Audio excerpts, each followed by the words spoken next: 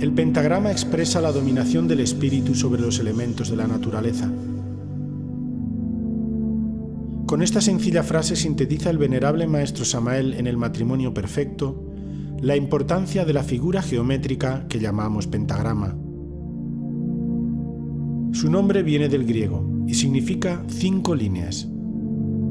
Otros nombres que recibe, como pentalfa o pentáculo, también derivan de la misma lengua y vuelven a hacer referencia al 5. En el primer caso son 5 alfas, la primera letra del alfabeto griego que equivale a nuestra A, y en el segundo se refiere a que tiene 5 ángulos. Ya era conocido en la antigua Mesopotamia, pero sabemos que fue Pitágoras el que le dedicó la máxima atención, estudiándolo, reverenciándolo y adoptándolo como símbolo de su escuela iniciática, según Jámblico en su vida de Pitágoras.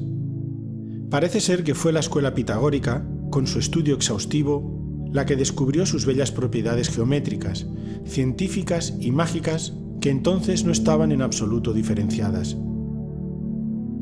Aunque prácticamente no se conservan textos pitagóricos, parece claro que descubrieron el número phi, un número irracional, cuyos decimales no periódicos se extienden hasta el infinito.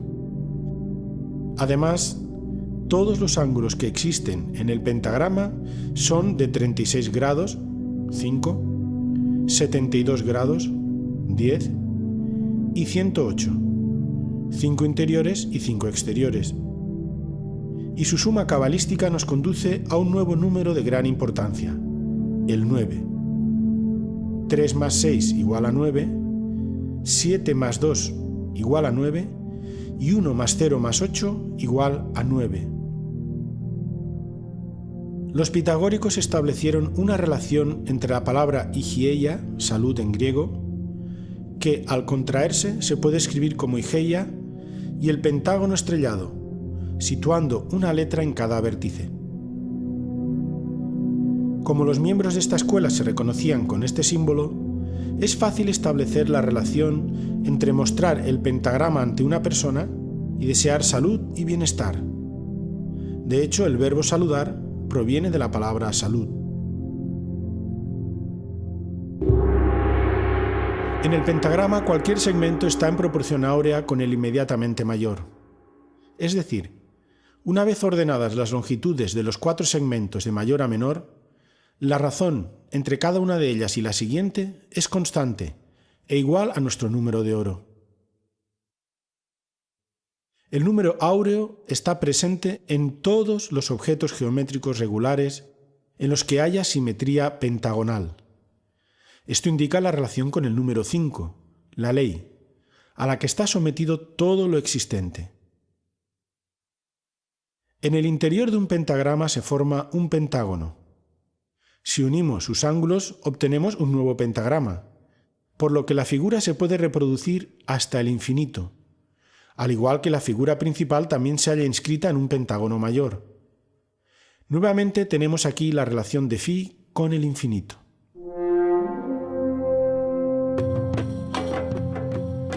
Como hemos dicho, esta figura se encuentra desde época de las culturas mesopotámicas. Es utilizada por Pitágoras como símbolo de su escuela y pasa a través de Platón hasta Vitruvio, persistiendo a lo largo de los siglos en los trazados de los arquitectos y en las estrellas mágicas. Luca Pacioli lo saca nuevamente a la luz y los artistas del Renacimiento lo incorporan a su obra: Leonardo, Alberti, Durero, etc. En resumen, el pentagrama como figura geométrica reúne unas características y propiedades matemáticas únicas. Todas giran alrededor del número phi o número de oro.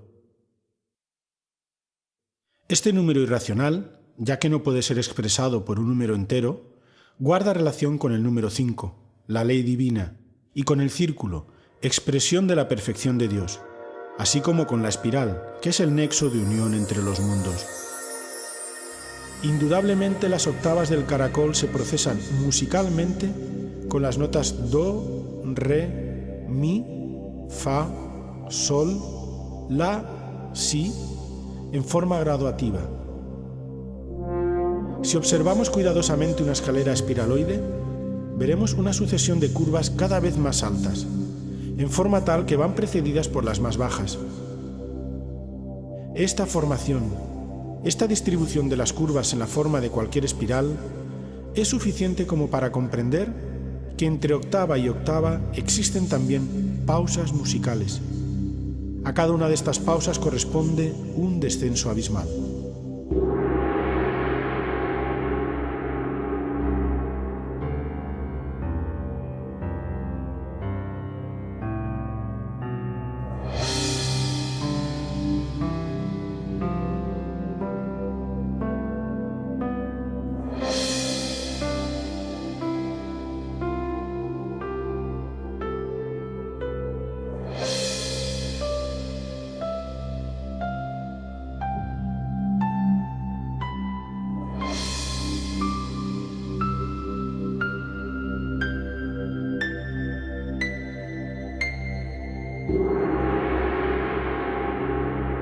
Samael Aun Beor, sí hay infierno, sí hay diablo, sí hay karma. En Tarot y Cábala, Samael sintetizó de esta manera el símbolo esotérico del pentagrama. En el ángulo superior del pentagrama encontramos los ojos del espíritu y el signo de Júpiter, Padre sagrado de los dioses. En los brazos el signo de Marte, símbolo de la fuerza. En los pies el signo de Saturno, símbolo de la magia. En el centro el símbolo de la filosofía oculta, el caduceo de Mercurio y el signo de Venus. El caduceo de Mercurio representa la espina dorsal y las dos alas el ascenso del fuego sagrado a lo largo de la espina dorsal, abriendo las 7 iglesias del Apocalipsis de San Juan, los 7 chakras, por medio de la castidad científica. El cáliz, símbolo del yoni femenino, también representa la mente cristalizada conteniendo el vino de la luz que seminiza el cerebro. La espada es el falo masculino. También encontramos la llave y el pentáculo de Salomón. El tetragrammatón es un mantra de inmenso poder sacerdotal. Según matemáticas transfinitas, infinito más infinito igual a la pentalfa.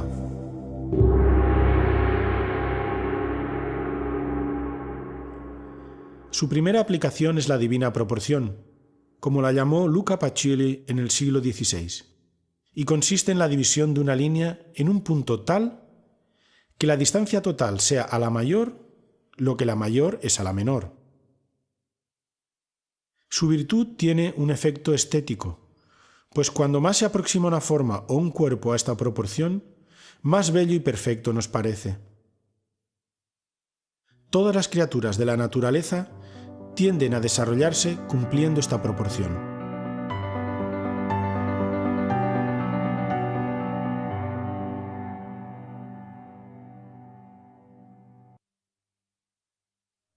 La geometría, del griego que significa medida de la tierra, es una ciencia matemática aplicada al estudio y creación de formas y cuerpos. Se supone de origen griego, pero no hay duda que era conocida en Egipto y Mesopotamia. Su nombre cuadra muy bien con el uso práctico que se daba en esas antiguas culturas a esta ciencia: medir los campos tras las inundaciones estacionales y volver a delimitarlos. El principio de la geometría es el punto.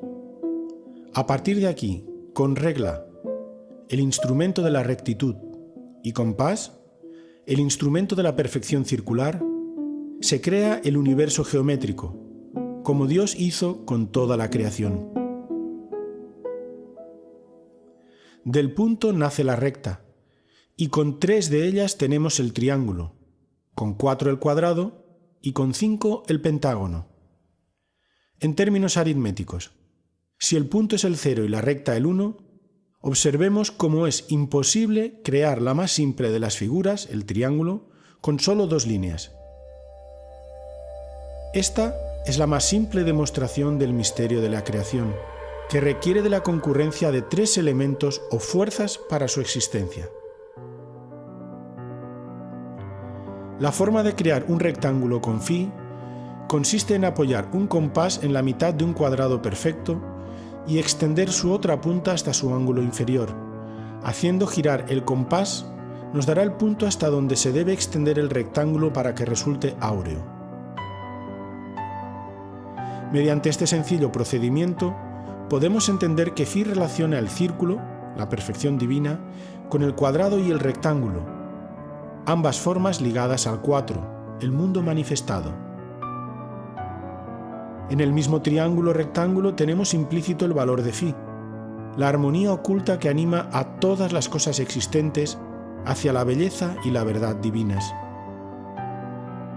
El psicólogo alemán Gustav Theodor Fechner, 1801-1887, realizó en 1876 el experimento de presentar rectángulos de varias medidas y darlos a elegir a diversos sujetos, prefiriendo la mayoría los que guardaban la proporción áurea. Los poliedros regulares son sólidos cuyas caras son todas iguales. Los pitagóricos demostraron que solo pueden existir 5 cuerpos regulares, que representan a cada uno de los elementos. La Tierra está representada por el cubo, constituida por 8 vértices y formada por 6 cuadrados. El fuego por el tetraedro, que son 4 triángulos equiláteros. El aire por el octaedro, 8 triángulos equiláteros. El agua por el icosaedro, con 12 vértices y 20 triángulos equiláteros. El universo o el éter está representado por el dodecaedro, formado por 12 caras, que son 12 pentágonos regulares. Todos, en especial el icosaedro y el dodecaedro, guardan estrecha relación con el número de oro. Mediante un rectángulo áureo subdividido, se traza una espiral logarítmica que permite comprender todas las relaciones armónicas que se manifiestan en la naturaleza y en el arte. Podemos apreciar cómo los cuadrados y rectángulos áureos se suceden hasta el infinito. Sobre los rectángulos se traza la espiral modelo de crecimiento de los seres vivos. Todos responden a la serie de Fibonacci.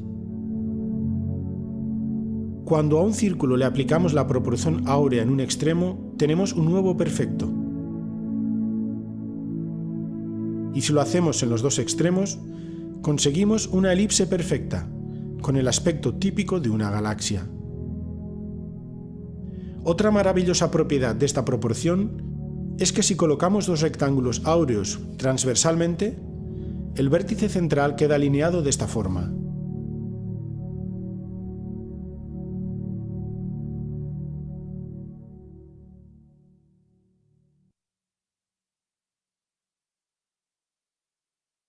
El llamado número Phi es la expresión numérica que ha hecho el hombre de una proporción que no es un invento humano, sino que existe en la naturaleza.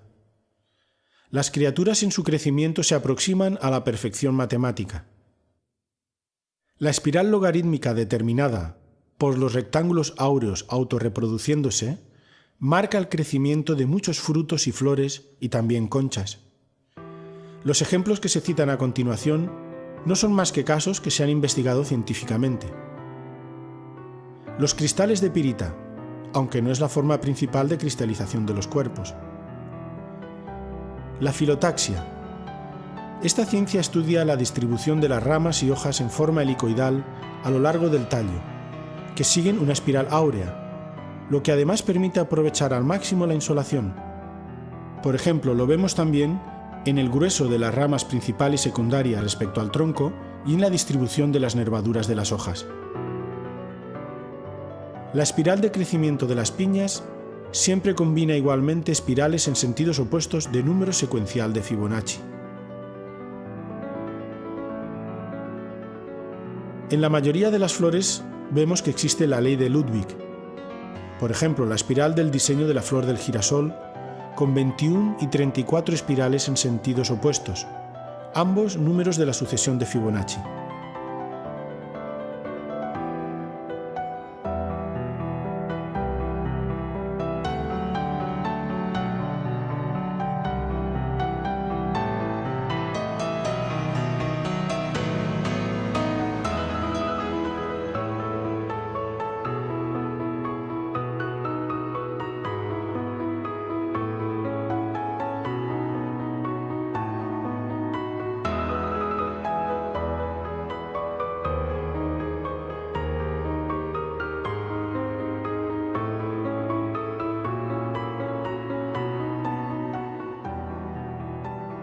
Tenemos también la maravillosa y sorprendente col romanesco.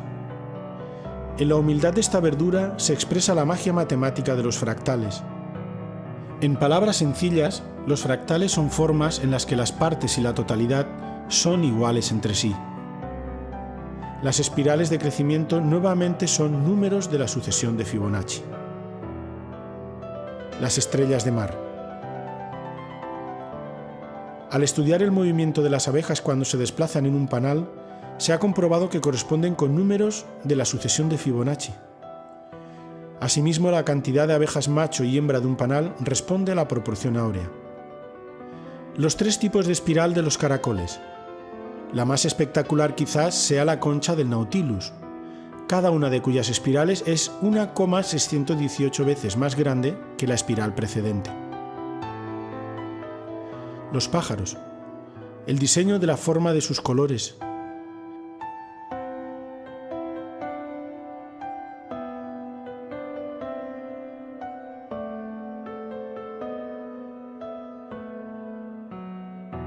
La forma espiral de las galaxias. Dice el venerable maestro Samael: necesitamos llenar la bolsa inagotable de las grandes posibilidades. La bolsa inagotable de las posibilidades tiene la forma de una galaxia espiral. Para los pocos.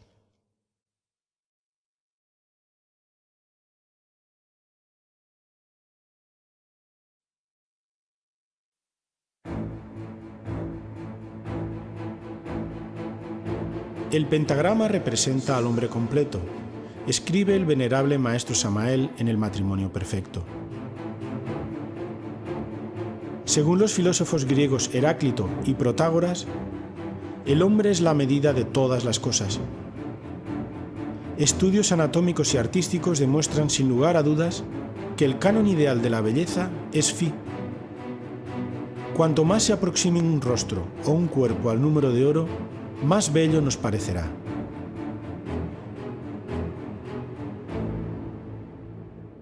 Vitruvio fue el que más se extendió sobre este tema, aclarando cómo los escultores griegos descubrieron esta proporción y la aplicaron a la talla de figuras humanas, al igual que los arquitectos lo aplicaron a la erección de edificios.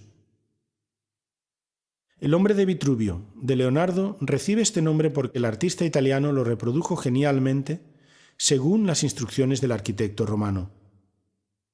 El ombligo es el punto donde se debe dar la proporción, siendo el sexo la mitad exacta. El círculo tiene su centro en el ombligo y el cuadrado en el sexo.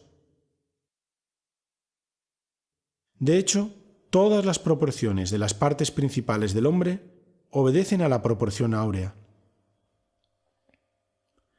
Los ventrículos del corazón humano recuperan su posición inicial en el punto del ciclo cardíaco que corresponde a la sección áurea. En la distancia del brazo a la punta de los dedos, del codo a la punta de los dedos, en la mano desde la muñeca al índice y en las falanges de los dedos de una mano encontramos la proporción áurea. En la altura y la posición del ombligo, en la proporción entre la anchura de la boca y la nariz, etc. Zeising ha estudiado las proporciones de miles de cuerpos y la tendencia es aproximarse a las medidas ideales marcadas por Phi. En el hombre son 8/5 y en la mujer 3/5.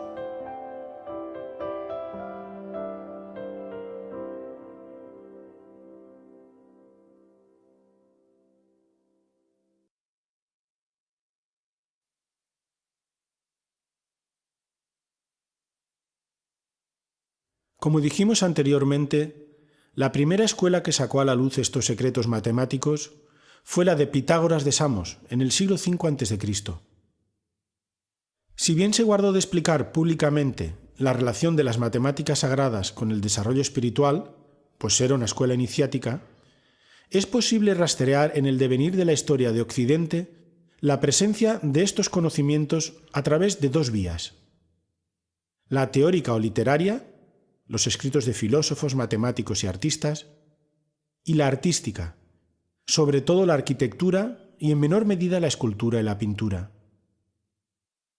Aunque pudiera parecer que el conocimiento de la proporción áurea aumentara en el devenir histórico, lo único que está sucediendo es que aumenta el saber y decrece el ser, es decir, aumentan las explicaciones teóricas y disminuye su presencia y su uso consciente.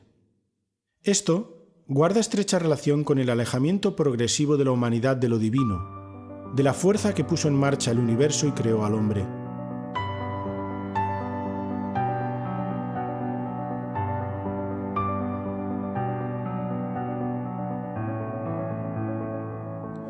Este campo es uno de los más fecundos en la aplicación de Phi. En forma natural, el artista tiende a expresarlo en las medidas de todas sus creaciones, dado su valor altamente estético. Pero además, no hay duda que se usó a modo de misterio matemático y místico en todas las grandes obras a lo largo de la historia. Ponemos ejemplos que han sido objeto de estudio.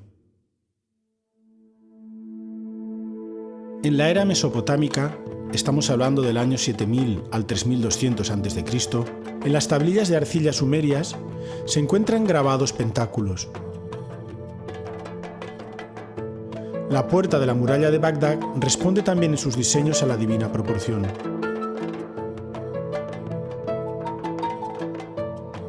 A partir del 4700 oficialmente en Egipto, podemos afirmar que toda manifestación de la religiosidad egipcia, en lo que ahora llamamos arquitectura, escultura y pintura, responde escrupulosamente a la proporción áurea, sin la cual no se concibe ninguna creación humana dirigida a los dioses.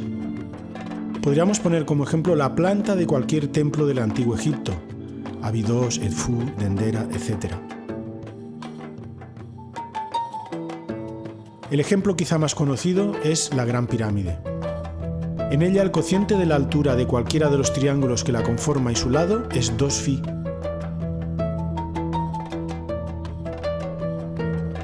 La razón entre la altura de una cara y la mitad del lado de la base es 1,618, es decir, el número de oro.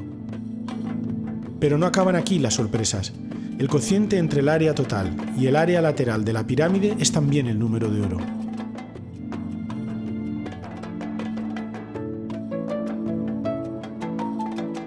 Y por si fuera poco, el cociente entre el área lateral y el área de la base sigue siendo el número áureo.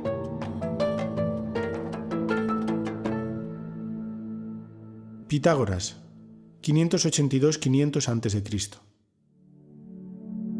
Instruido por Tales de Mileto, Anaximandro y Anaxímenes, con su escuela iniciática es el primero en desvelar estos secretos, aunque no directamente, ya que se trataba de una escuela de misterios, por lo que prácticamente no se conservan escritos propiamente pitagóricos, sino que se conocen a través de otros autores.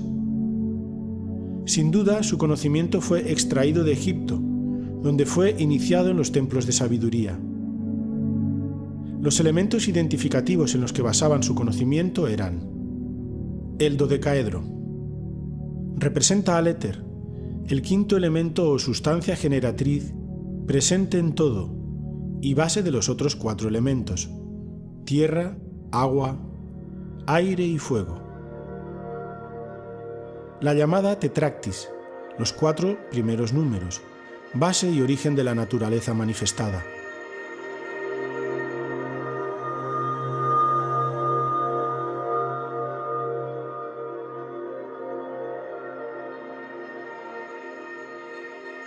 El triángulo rectángulo, que representa la inconmensurabilidad, como virtud divina presente en todo lo existente.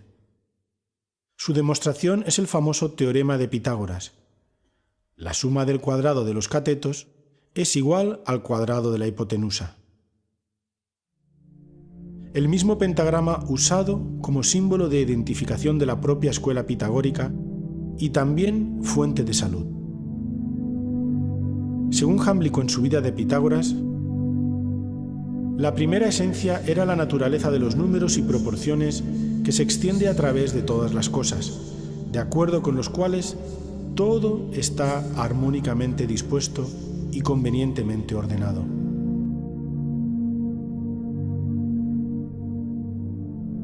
La música. A través de su estudio de la mística de los números, descubrieron el carácter aritmético de la armonía musical.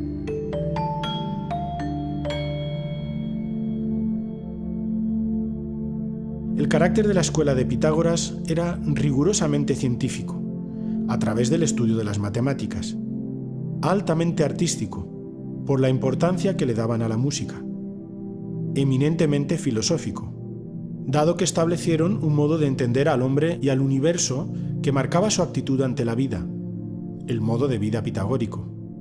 Y por último, profundamente religioso, ya que el fin último de todo esto era aproximarse a Dios.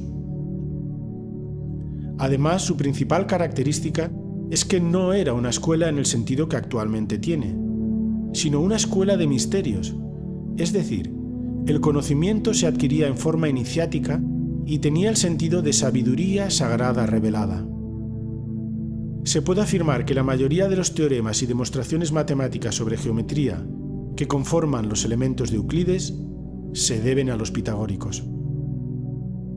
Igualmente, su influencia cultural fue tal que, pasando a través de la filosofía platónica, se encuentra en la base del cristianismo y de nuestra civilización occidental.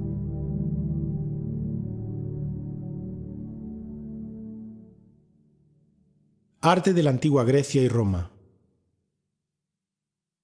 El Partenón, 447-442 a.C., templo octástilo, períptero y dórico por excelencia, ajusta todo su espacio a la proporción áurea, siendo sus fachadas, los lados cortos del rectángulo, inscribibles perfectamente en un rectángulo áureo. Esto fue descubierto por J. Hembich, 1867-1924, y Zeising en el siglo XIX. La distribución de su planta y de las fachadas laterales también se ajustan al número de oro. Del primero, J. Hembich, se publica en 1926 The Elements of Dynamic Symmetry, donde tras el estudio de obras tales como el mismo Partenón, el templo de Apolo en Figalia, o las estatuas de Zeus en Olimpia y la de Atenea en Egina, estableció los principios geométricos de la armonía del arte griego, basado, cómo no, en el número de oro. En 1837 se descubrieron las correcciones ópticas.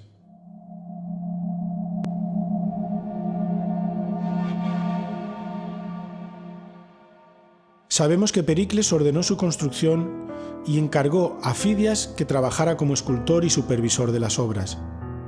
Los arquitectos a sus órdenes fueron Ictinios y Calícrates.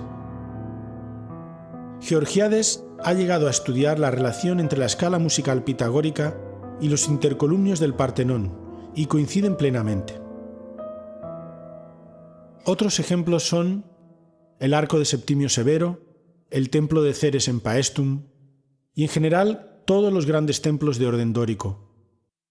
El templo de la Concordia en Agrigento, y en escultura el Apolo de Belvedere, inscrito perfectamente en un rectángulo áureo.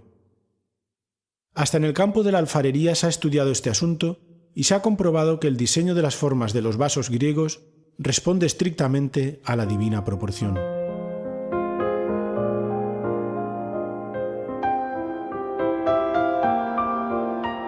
Platón, 428 al 347 a.C. Considera la proporción áurea como la mejor relación matemática.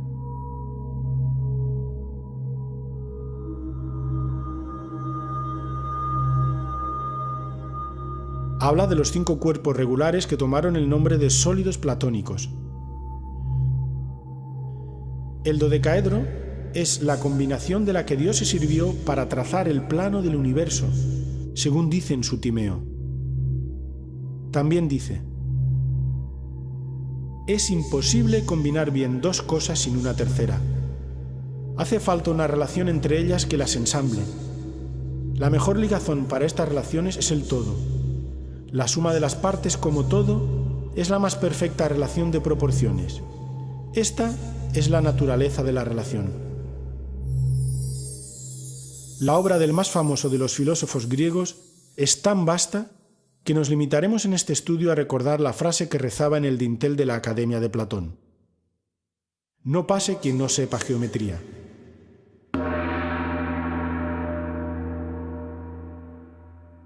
Euclides, siglo IV a.C. Los elementos. Por primera vez aparece definida la proporción entre extrema y media razón. Libro 6, proposición 30. Dividir un segmento en media y extrema razón. Se dice que un segmento está dividido en media y extrema razón cuando el segmento total es a la parte mayor como la parte mayor es a la menor. Libro 4, proposiciones 10 y 11, donde se habla de la construcción del triángulo áureo, usado para la inscripción del pentágono regular en un círculo. En este triángulo isósceles, los dos ángulos iguales, 72 grados, son el doble del ángulo desigual, 36 grados. Φ se encuentra en la proporción de los lados iguales con el lado menor, por lo que recibe el nombre de áureo. Del mismo modo que el rectángulo áureo se reproduce a sí mismo hasta el infinito, generando una espiral.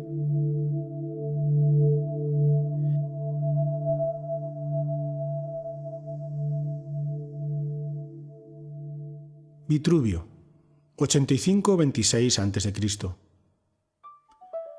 Para ser buen arquitecto hay que ser buen músico. La simetría consiste en el acuerdo de medidas entre los diversos elementos de la obra y estos con el conjunto. Como del cuerpo humano se deduce la proporción, aquella que los griegos llamaban analogía o consonancia entre las partes y el todo. Dicha simetría está regida por un módulo o canon común, el número.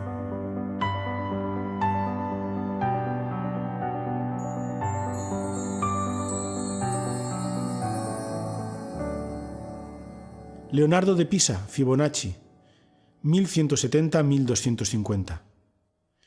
Escribió Liber Abaci, libro de los ábacos. Este gran matemático de la Edad Media introdujo, tras su estancia en África, los números árabes que revolucionaron la aritmética en Europa. Propone un problema sobre la reproducción de los conejos que da lugar a la conocida como sucesión de Fibonacci. Esta sucesión está vinculada además a la espiral y es la forma del número áureo más presente en la naturaleza. Esta progresión consiste en la adición de los números enteros con su precedente. 0, 1, 1, 2, 3, 5, 8, 13, 21, 34, 55, 89, 144, 233, 377, 610, 987, 1597, 2584, 4181, 6765 y así hasta el infinito. Por eso, la más sorprendente e importante entre las muchas propiedades de esta sucesión es que si dividimos cada número entre su precedente, el resultado cada vez se aproxima más a Φ. 1 entre 0 igual a 0, 1 entre 1 igual a 1, 2 entre 1 igual a 1, 3 entre 2 igual a 1 y medio, 5 entre 3 igual a 1,666, 8 entre 5 igual a 1,6, 13 entre 8 igual a 1,625, 21 entre 13 igual a 1,615, 34 entre 21 igual a 1,619, 55 entre 34 igual a 1,617 y 89 entre 55 igual a 1,618, la aproximación con 3 decimales más exacta que se conoce.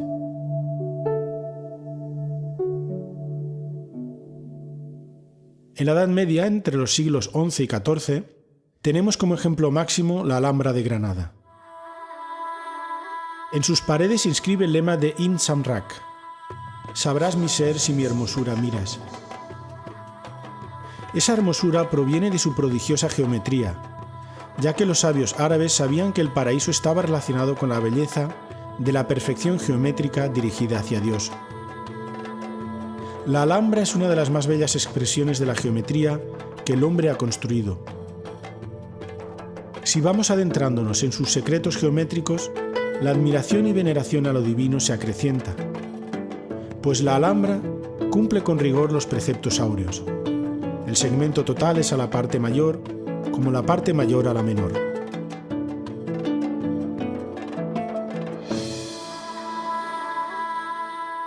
La mayor parte de la Alhambra fue construida en el siglo del arte gótico y comparte los secretos geométricos de las catedrales, aunque expresados en una forma muy diferente.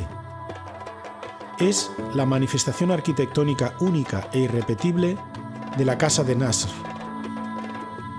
Su fundador, Al-Ahmar el Rojo, fue aclamado como vencedor por el pueblo cuando volvía de ayudar a los cristianos en la toma de Sevilla. «No me aclaméis», dijo, «porque solo Dios es vencedor. La Ghalib ili Allah». Este otro es el lema que inunda las paredes de la Alhambra. El centro de gravedad sobre el que gira toda la construcción es la Torre de Comares, con su cúpula estrellada con dos cuadrados entrelazados. La altura de la línea del centro de la estrella al suelo es igual al radio del perímetro de los 4 lados del salón. De esta torre parten las simetrías radiales que provocan los maravillosos juegos de perspectivas.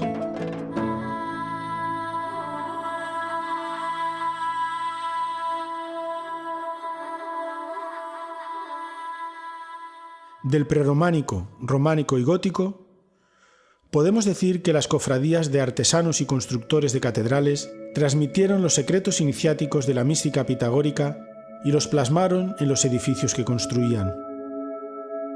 Es más, el mismo pentagrama aparece directamente en muchas construcciones, como se puede apreciar en los siguientes ejemplos: Catedral de Amiens, Rosetón Norte,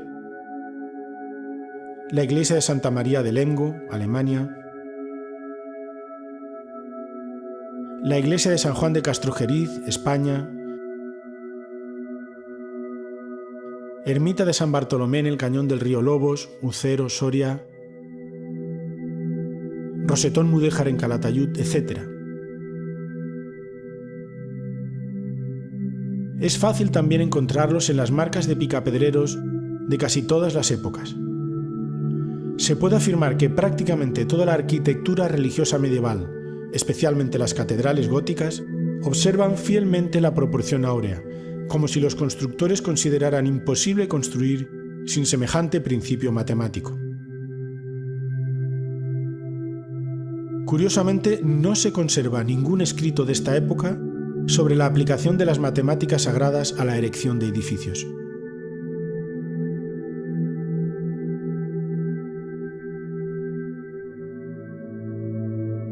Ejemplos de estudios concretos los tenemos en Santa María dei Fiori de Florencia,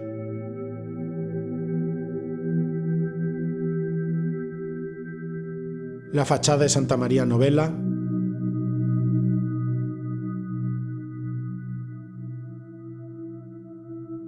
Notre Dame de París,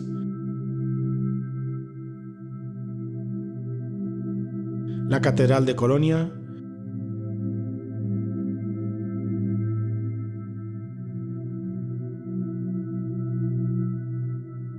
Saint-Ouen de Rouen,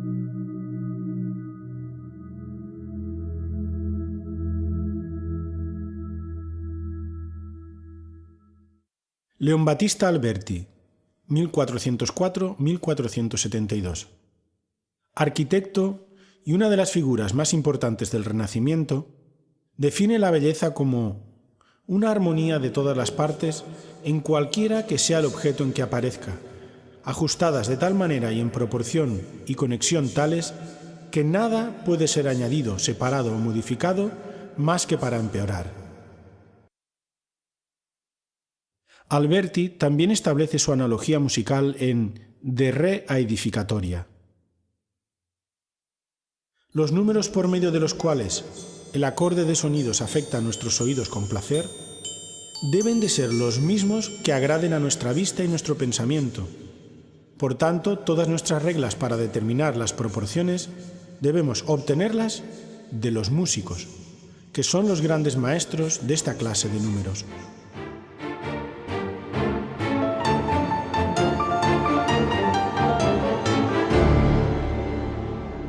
Luca Pacioli, 1445-1508. De Divina Proportione.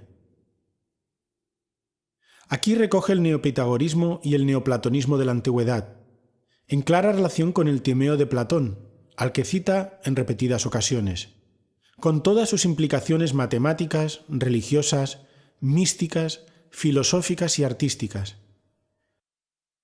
Fue de suma importancia para los científicos y artistas del Renacimiento, alargándose su influencia para toda la posteridad, incluso a nivel mágico.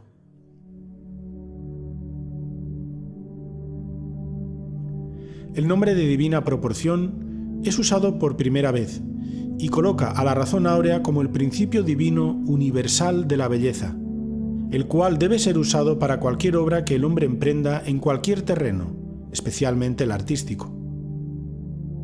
Así, la obra del hombre debe ser un reflejo fiel de la perfección de la obra divina.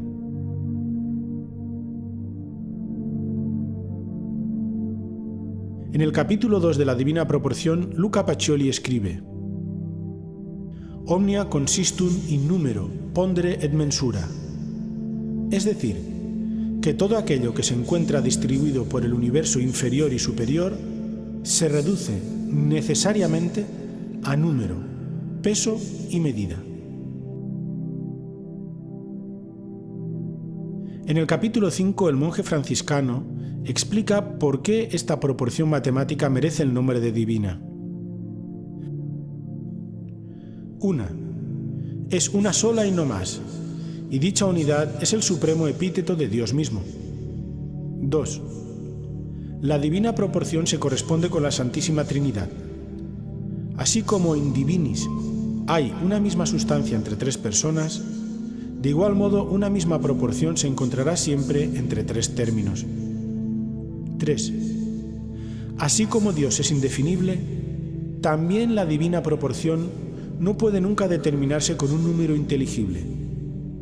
4. Dios nunca puede cambiar y está en todo. Así también es la divina proporción. 5.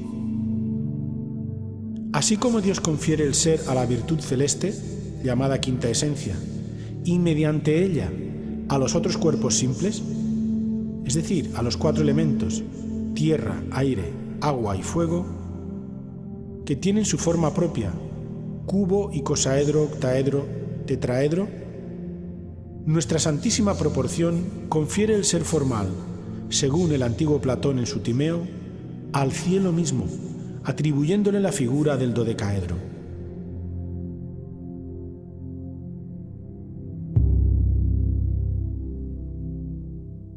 Leonardo da Vinci, 1452-1519. La genialidad de Leonardo en este campo se manifiesta en sus escritos y también en sus obras.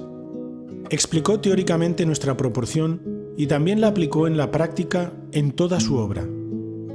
Le unía una gran amistad con el monje Luca Pacioli y realiza los dibujos para la edición de la Divina Proporción. En su tratado de pintura afirma: nuestra alma está hecha de armonía, y la armonía no se engendra, sino que surge espontánea de la proporción de los objetos que la hacen visible. La gracia de las proporciones está encerrada en normas armónicas. Hace falta usar estas reglas para corregir los errores de las primeras líneas de la composición. El pintor inventa la forma y la materia de las cosas que va a representar. Luego las mide, organiza y proporciona. Y también en el cuaderno de notas, la proporción se encuentra no solamente en los números y medidas, sino también en los sonidos, pesos, tiempos, espacios y cualquier clase de energía que pueda existir. A él le debemos el nombre de proporción áurea. La pintura más famosa de todos los tiempos, la Gioconda, también está ejecutada con la Divina Proporción, así como la Santa Cena y la Anunciación.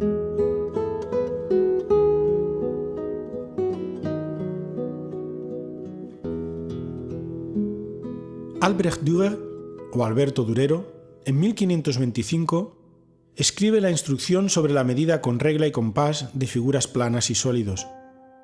Allí desarrolla la espiral basada en el número áureo. En las obras Adán y Eva se ejemplifica la aplicación de la proporción áurea.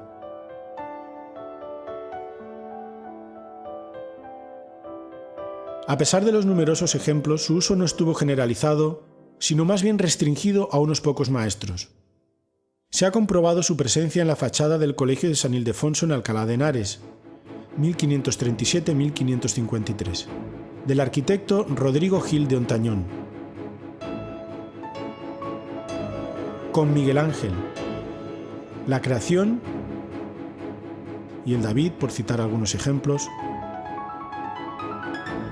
Rafael, en la Madonna de Ansidei.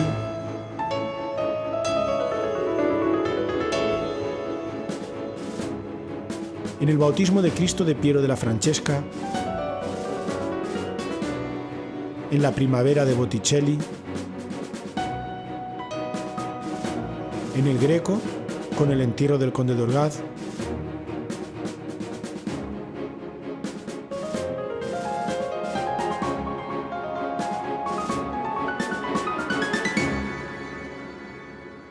En 1530, Cornelio Agripa escribe De Oculta Filosofía, en Amberes. Es un tratado de magia que incluye un libro de cábala donde habla del pentagrama y lo asocia a las propiedades del 5. Símbolo de la felicidad y de la gracia, sello del Espíritu Santo y vínculo que todo lo enlaza. Allí muestra al famoso hombre inscrito dentro de un pentagrama. Agripa escribe: las ciencias matemáticas son parientes de la magia, porque todo cuanto pueda existir en las fuerzas naturales esclavas no consiste más que en número y armonía.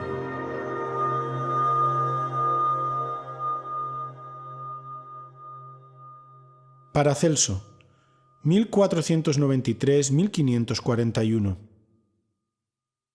Además de médico y alquimista, su sabiduría se extendió a la magia y reduce todos los símbolos de poder sobre las potencias invisibles a dos solamente: el hexagrama o sello de Salomón, macrocosmos, y el pentagrama, microcosmos, el signo más poderoso de todos.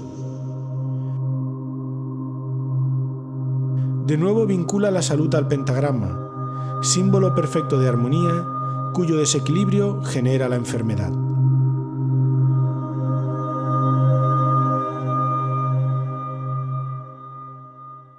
Johannes Kepler, 1571-1630. Edita en Tubinga en 1596 Mysterium Cosmographicum.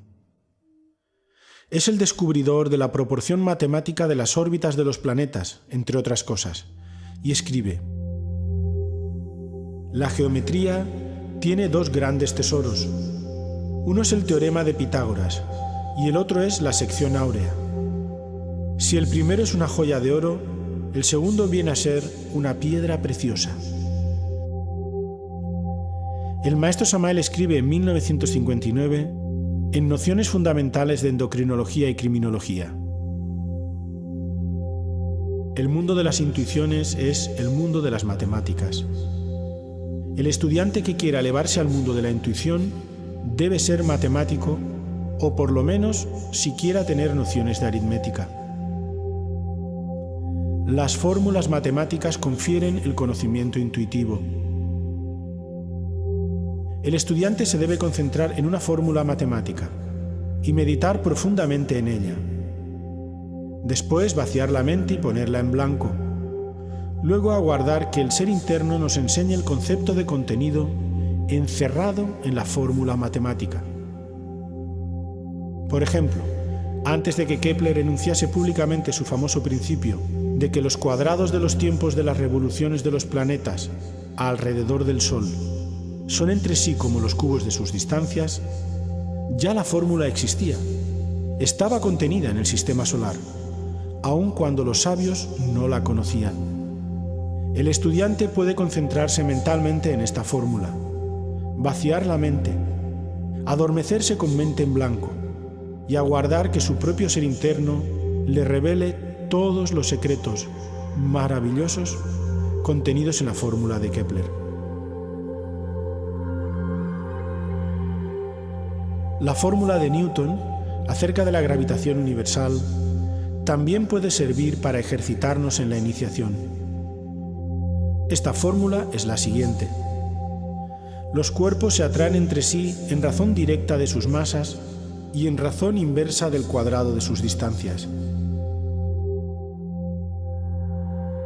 Si el estudiante practica con tenacidad y suprema paciencia, su propio ser interno lo enseñará e instruirá en la gran obra.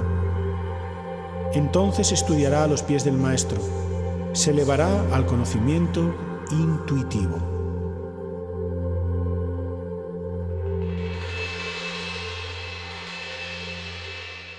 En los siglos XVII y XVIII aún decae más su uso.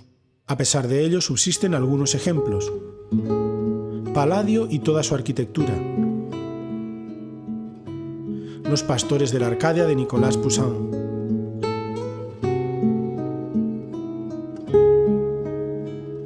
Las meninas de Velázquez.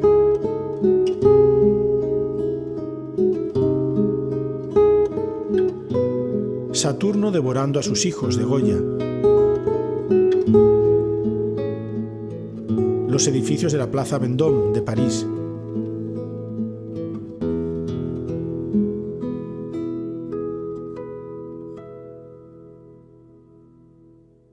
Y en 1806, Johann Wolfgang von Goethe termina la primera parte del Fausto. Mefistófeles. Lo confieso, para irme a pasear me estorba un leve obstáculo. Es este signo pintado en el umbral. Fausto. ¿Te molesta la pentalfa? Pues dime entonces, hijo del infierno. Si por eso no sales, ¿cómo entraste? ¿Cómo cayó en la trampa tal espíritu? Mefistófeles. Fíjate en él. No está bien dibujado. El ángulo hacia afuera, como ves, se abre excesivamente.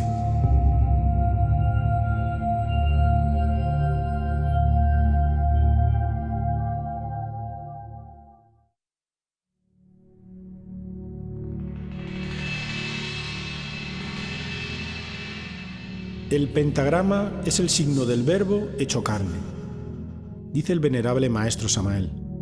Y también en el matrimonio perfecto, el pentagrama es símbolo del Verbo universal de vida. Se puede hacer resplandecer instantáneamente el pentagrama con ciertos mantras secretos.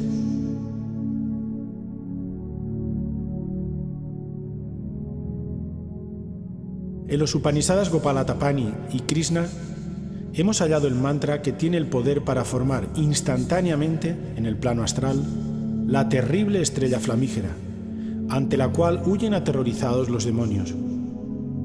Este mantra consta de 5 partes, a saber, Klim, Krishnaya, Govindaya, Gopihana, Vayavaya, Swaha.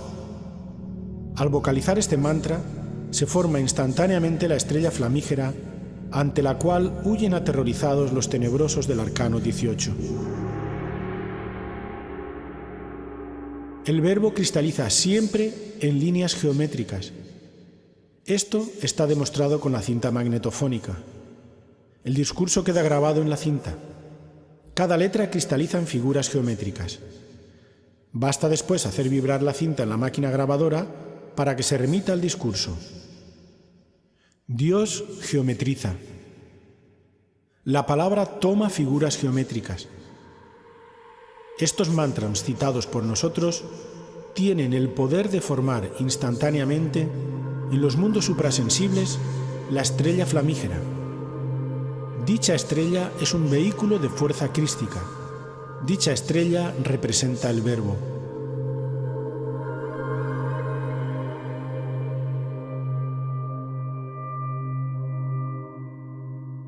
Con este poderoso mantra se pueden defender todos aquellos que están trabajando en la fragua encendida de Vulcano. Dicho mantra se vocaliza silabeándolo. Con este mantra se puede conjurar a los demonios que controlan a los posesos. Es urgente aprender a crear instantáneamente la estrella flamígera. Con este mantra podemos crear esa estrella para combatir a los tenebrosos.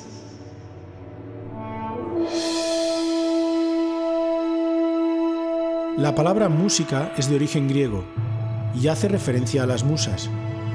Hesíodo, hacia fines del siglo VIII a.C., nos dice que las musas son las 9 diosas hermanas, hijas de Zeus, Dios, y Mnemósine, la memoria, protectoras de la poesía, las artes y las ciencias.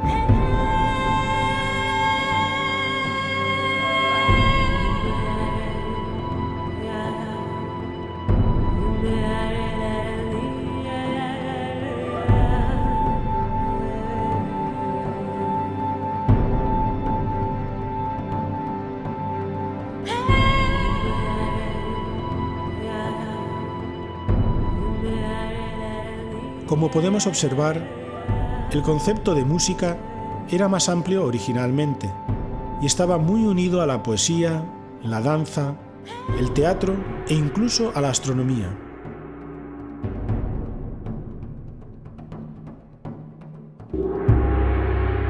Platón estableció que las matemáticas eran la base para las ciencias que permitían acceder a la comprensión total del universo. Aritmética, geometría, astronomía y música. Estas disciplinas componían el llamado quadrivium de la enseñanza universitaria de la Edad Media.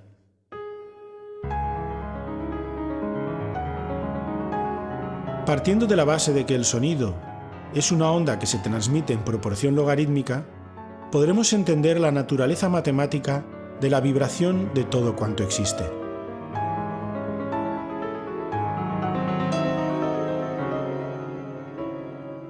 La música fue el tercer pilar de la comunidad pitagórica.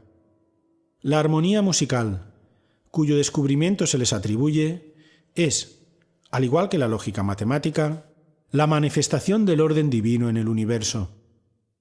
En forma ya legendaria, se dice que los pitagóricos advirtieron la relación de la longitud de una cuerda con su vibración o sonido. Usaron un instrumento de una única cuerda, el monocordio, y descubrieron que su subdivisión en cierta proporción producía sonidos consonantes, es decir, que sonaban bien. Son las llamadas quintas, cuartas, terceras, octavas, etc. Estos intervalos se llaman así por el número de notas que contienen entre ellos. Así se estableció la llamada escala pitagórica, base de la música occidental.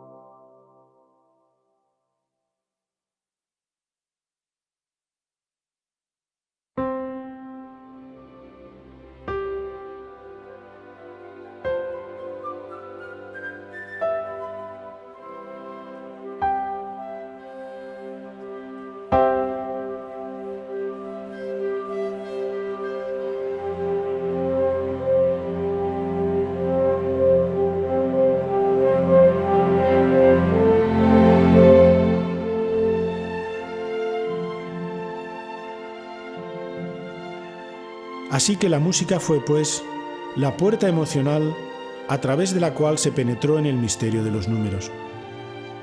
Al hablarnos sobre el paso previo a la intuición, el venerable maestro Samael se refirió así al conocimiento inspirativo.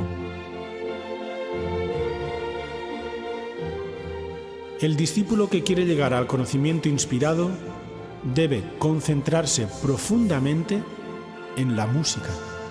La flauta encantada de Mozart nos recuerda una iniciación egipcia. Las 9 sinfonías de Beethoven y muchas otras grandes composiciones clásicas nos elevan a los mundos superiores. El discípulo concentrado profundamente en la música deberá absorberse en ella, como la abeja en la miel, producto de todo su trabajo. Ahora entenderemos por qué actuaba también como equilibrante emocional en el modo de vida pitagórico. A ellos les debemos también la afirmación que sostiene que, como toda vibración produce un sonido, también los mundos en su movimiento planetario producen un sonido que, sumado al de los otros cuerpos celestes, conforma la llamada música o armonía de las esferas, lo que fue reafirmado por Kepler y sus descubrimientos astronómicos.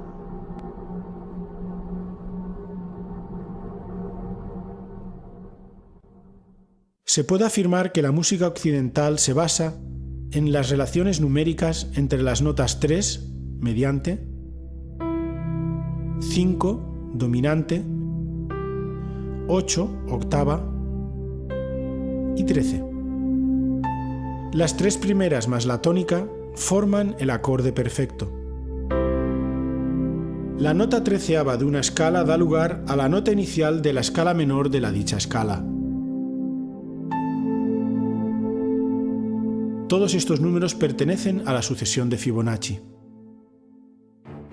Al estudiar las composiciones de los grandes maestros, por ejemplo, en el desarrollo y exposición de los temas o en la relación de compases de cada movimiento, encontramos la proporción áurea.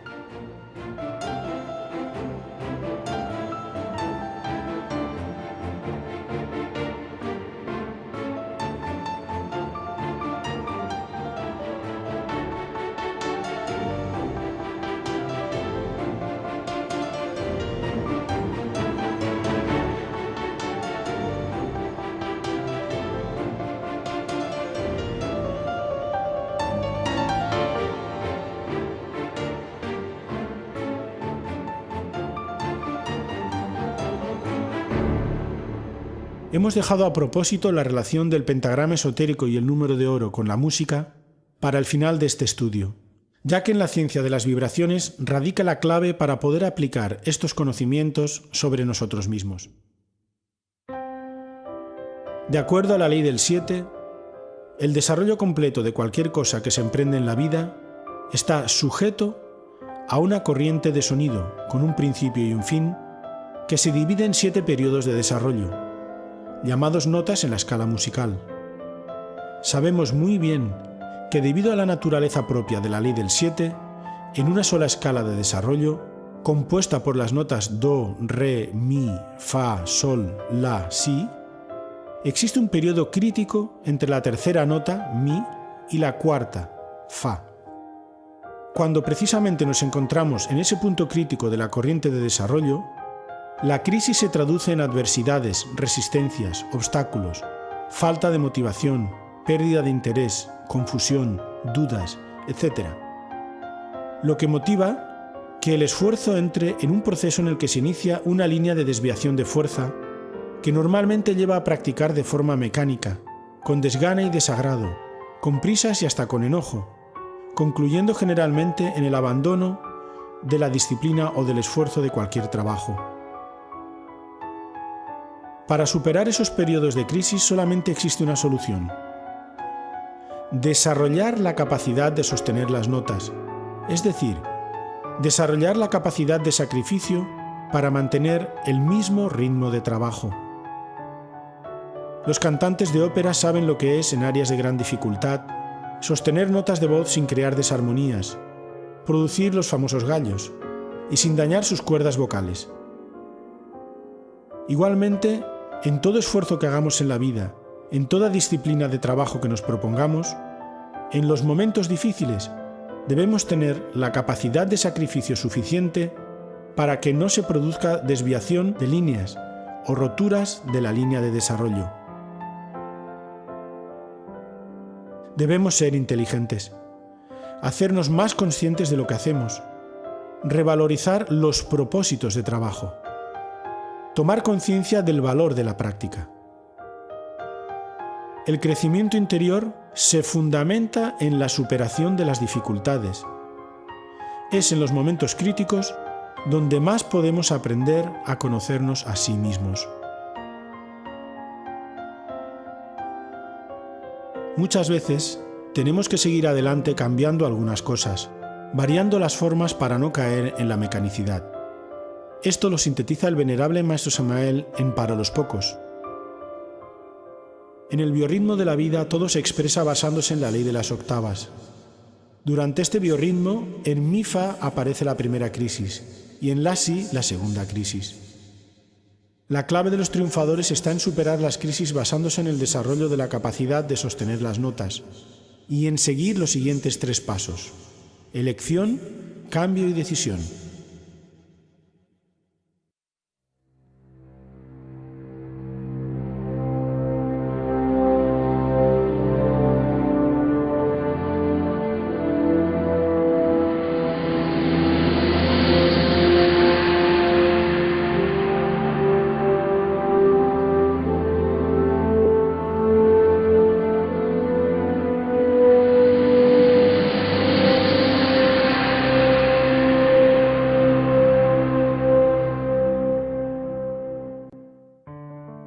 Todos tenemos la suficiente inteligencia para superar los obstáculos.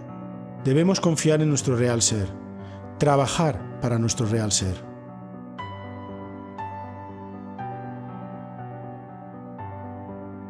Los procesos de creación y desarrollo están regidos por la ley de las octavas musicales, que es producto de la aplicación de la proporción áurea a los sonidos, y el venerable Maestro Samael nos cita los siguientes casos.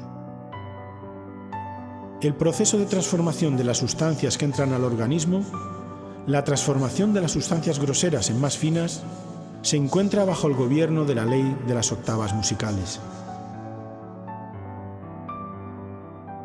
Y estudiemos ahora atentamente las claves que nos da el Maestro para elevarnos espiritualmente.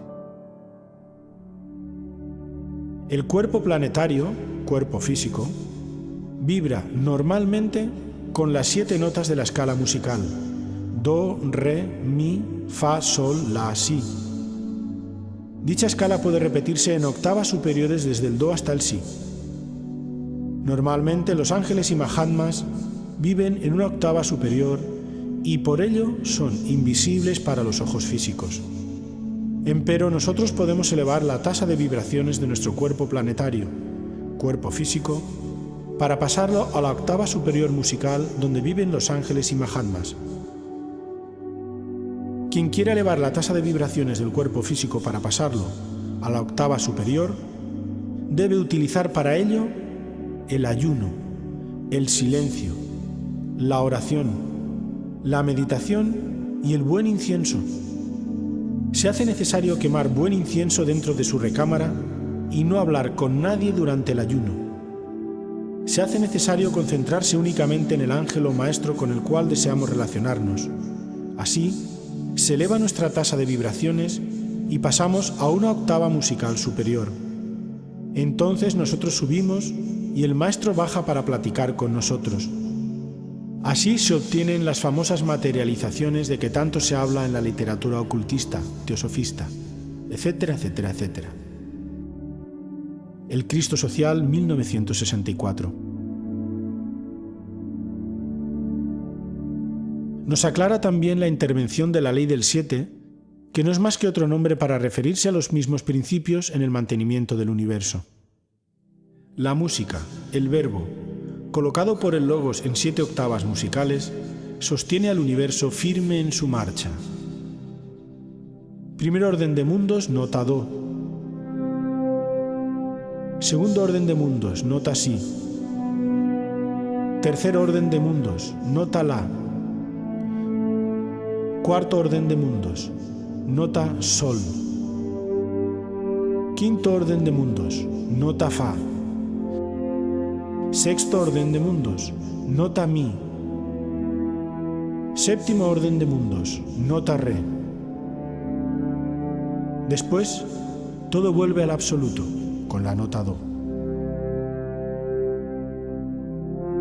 Sin la música, sin el verbo, sin la gran palabra, sería imposible la existencia maravillosa de los 7 cosmos. Tratado esotérico de Astrología Hermética, 1967. Acerca de la creación de los cuerpos afirma: cuando el septenario hombre se une sexualmente al septenario mujer, se hace una suma que da como resultado el arcano 14 del tarot. No está de más asegurar de paso que el hombre tiene 7 principios, lo mismo que la mujer. El sexo es el centro más importante y más rápido del ser humano. El proceso de crear un nuevo ser se realiza dentro de la ley de las octavas musicales. Las 7 notas de la escala musical son la base de toda creación. Si transmutamos la energía creadora, iniciamos una nueva octava en el mundo etérico, cuyo resultado es el nacimiento del Soma Puchikon, el traje de bodas del alma. Con este vehículo podemos penetrar conscientemente en todos los departamentos del reino. La tercera octava nos permite engendrar el verdadero astral, el astral Cristo. Al llegar a estas alturas, el viejo astral de fantasma queda reducido a un cascarón vacío, que se va desintegrando poco a poco. La cuarta octava nos permite engendrar la mente Cristo. Este vehículo nos da verdadera sabiduría y unidad de pensamiento. Solo aquel que engendra la mente Cristo tiene derecho a decir: tengo cuerpo mental. El cuerpo mental actual es solo un fantasma de la fachada. Realmente este se convierte en un cascarón hueco cuando nace la verdadera mente. Entonces se desintegra, se reduce a polvareda cósmica. La quinta octava musical engendra el verdadero cuerpo causal. Al llegar a estas alturas encarnamos el alma. Entonces ya tenemos existencia real. Antes de este instante no tenemos existencia real. Curso esotérico de Cábala 1969. El mismo movimiento gnóstico, obra de un ser despierto, obedece a la misma ley. Quiero deciros que esta enseñanza para la nueva era acuaria se está entregando de acuerdo con la ley de las octavas musicales. Cada una de estas obras se va desarrollando en notas más y más elevadas. Cuando lleguemos a la nota síntesis, entonces el mensaje habrá concluido. Después de eso me marcharé con mi divina madre Kundalini hacia la eternidad. Mi regreso al Tíbet, mensaje de Navidad 1969. Definitivamente, el pentagrama es la imagen perfecta de la armonía matemática presente en la naturaleza y a la que tienden todas las criaturas vivas. El descubrimiento en uno mismo de esa ley matemática nos conduce a la revelación de que formamos parte de Dios.